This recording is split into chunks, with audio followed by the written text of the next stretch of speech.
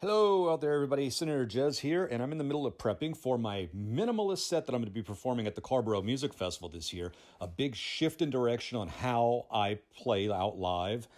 I'm going to have my Launch Key 49 keyboard, my launch pad, my Novation launch pad, and I'm going to be playing everything off of my iPad through Audio Bus 3. And in Audio Bus 3, I'm going to be using the three apps that make up the Ampify Novation suite of apps, which is the Launchpad app, the Bloxwave app, and this right here, the Groovebox app.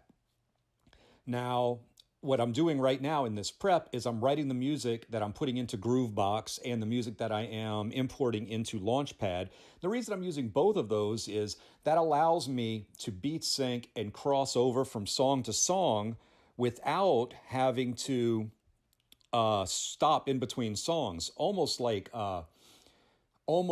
DJ-like, but with the ability to actually play the music. And that's Groovebox here is a big part of that because that's the synths that I'm going to be using. The three synths in Groovebox are the Mini Mon here, the Poly 8, and the Retro Bass. So let's look at the Mini Mon here.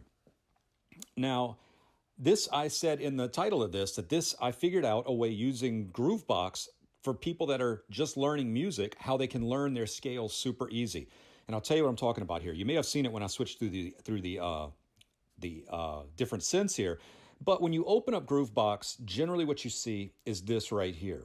And up here in the corner, you can select whatever scale you're going to be using. And the great thing about Launchpad and Bloxwave is they also have the ability to choose the scale of each song. So let's go to C minor here. Now you notice nothing changed here because it's just C minor in a keyboard fashion here. You can't hit a note outside of the scale because it's only giving you the scale notes. And this is how I've had it for the longest time because I don't actually use the keyboard on Groovebox all that much because I always have my controller hooked up to a controller, not my controller, a controller, either my launch key or my Korg nano key or my Oxygen by M Audio. I always have a controller on here, so I never really paid much attention to the keyboard. Although if I did need to play something and I didn't have a controller, there you go. But I noticed recently, and I've used this for a long time now, playing live and things like that, I've noticed that there's three little dots right above the keyboard there. So if you click that, it goes scale steps, which gives you a bigger keyboard each time. Well, should I say more notes, not bigger. It gets smaller, actually. But I never noticed. I never cared about that before. But look at what happens when you go to 12. Bingo. You have a keyboard layout here. And if you notice, there's dots. The large dots are the root note of the key that you're playing in, and the smaller dots are the rest of the notes in that key. Thus, if you have a controller hooked up to this, you now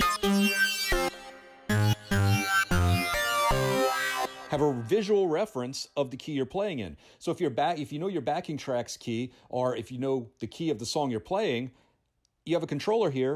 You have a visual reference. This is such a cool way, I think, to learn your scales because it's not memorization.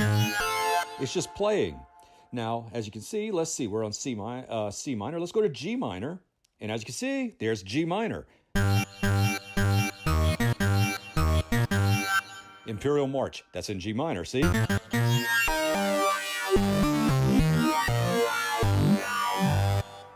There it is. So you can play this on your controller while looking at this visual reference, and there you are. You can learn your scales really easy. On the poly side here, you can do your chords. It's all laid out right here.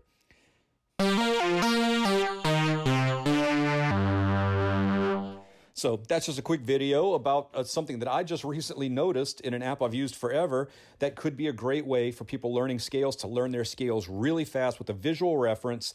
It doesn't even tell you what the notes are. It just shows you where they are. So you can start building up a memory, a playing memory of where the scales are, of how the scales lay out on the keyboard. So I'm going to get back to writing the music for I got a 45-minute set at Carborough, so I got a lot of music to write. I'm writing everything, importing into Bloxwave. Then I'm keeping half of the stuff in Bloxwave to play in Bloxwave, which Bloxwave also has some great live functions in there too, where you can slice up your samples and the things you put into it and play them live. It's really cool. But I'm taking the other half and putting them into Launchpad.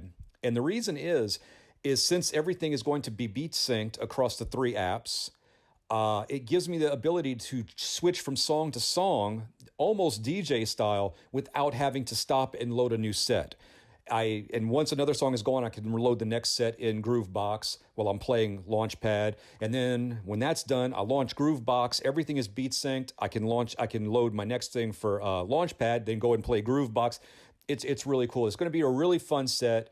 Minimal setup and teardown, which is going to be great because when I used to have to tear down my studio and bring all my equipment, the computer, the push, the keyboard, it was rough. This is going to be simple. It's going to be fun. And I'm really looking forward to it. And I'm going to be playing in my kilt too. So if you're around, come to Carborough. It's a free music festival, 200 acts on that Sunday. I'm playing at 5:30 in front of Balanced Motion, the athletic studio. And gonna have a blast with you guys.